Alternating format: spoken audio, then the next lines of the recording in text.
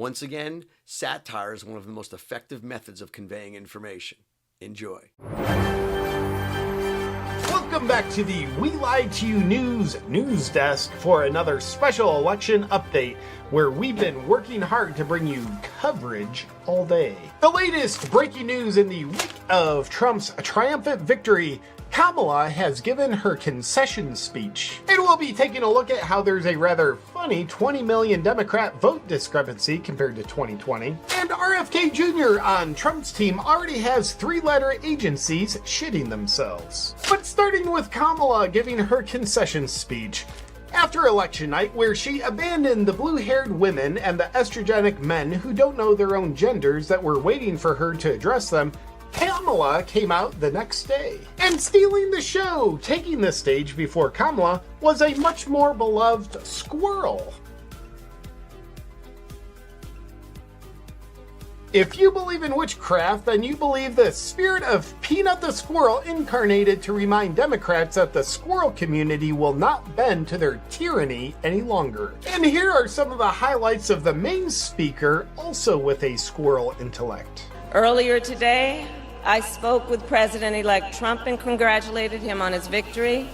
I also told him that we will help him and his team with their transition. It was a very kind and equitable offer she made to help Trump and his team transition their genders. No word yet, but it's expected that Trump will not be taking her up on her offer in an effort to retain his testicles. Let's hear more from Kamala. I will never give up the fight for a future where Americans can pursue their dreams, ambitions, and aspirations, where the women of America have the freedom to make decisions about their own body and not have their government telling them what to do. Coming from a lady who spent 4 years attempting to mandate that women and men be forced to take a shot that they don't want to take, you know she means it. But she also had this to say. H.U. Shout out Ben Shapiro, I guess. And she closed with a bang. I thank you all. May God bless you, and may God bless the United States of America. I thank you all. Be weird to think if he already blessed America with the results of the election. So long, Kamala. This just in! Trump has won the state of Michigan, which means he won by an even bigger margin. But also, this just in! Kamala won every state that doesn't require voter ID. That's a coincidence. In other election news, questions are being raised about Democrat voter turnout. In 2020, Biden received 81 million Democrat votes. This election, Kamala received 60 million.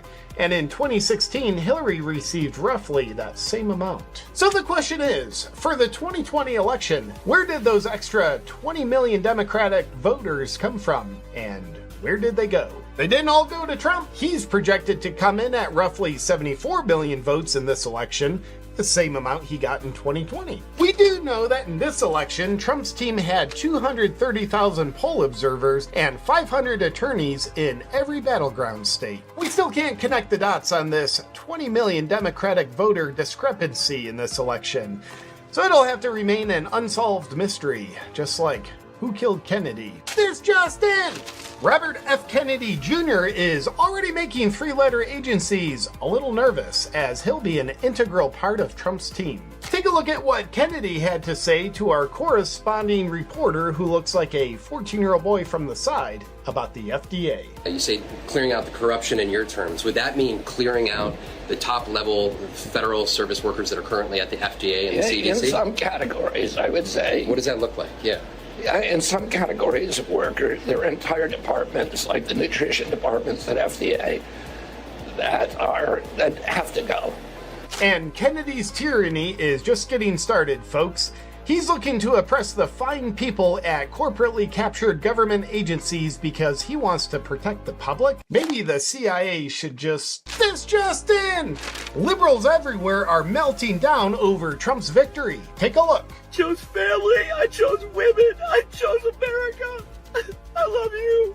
That's it for the latest 2024 election update. Stay tuned because we'll be keeping you up to date on all the latest. And of course, we're all hoping the Diddy tapes have been destroyed by this point because Kamala didn't get elected last night. Good night. Huge hat tip to JP Sears, who never disappoints. To all the liberals watching, you may be sad and a little scared because of Trump's election. But in spite of your grief and trepidation, Donald Trump is not Hitler. And we've already had 4 years of Trump. Trump never rounded people up. There was no mass genocide. Trump did not and will not put political prisoners in jail. The same can't be said for the left. Trump will follow the Constitution, and we have checks and balances in place if he doesn't. And I am eagerly optimistic that if you allow yourself to be open-minded, we have a massive opportunity for enormous growth and prosperity over the next 4 years and beyond. Well, that's all I've got for you today. Please join the channel because it really helps the algorithm. Don't forget to hit that like button, leave a comment, and share. Remember, everyone wakes up at their own pace, and you are not alone. It's our job to help and educate as many people as possible. God bless America, God bless this podcast, and God bless you. Stay frosty, my friends.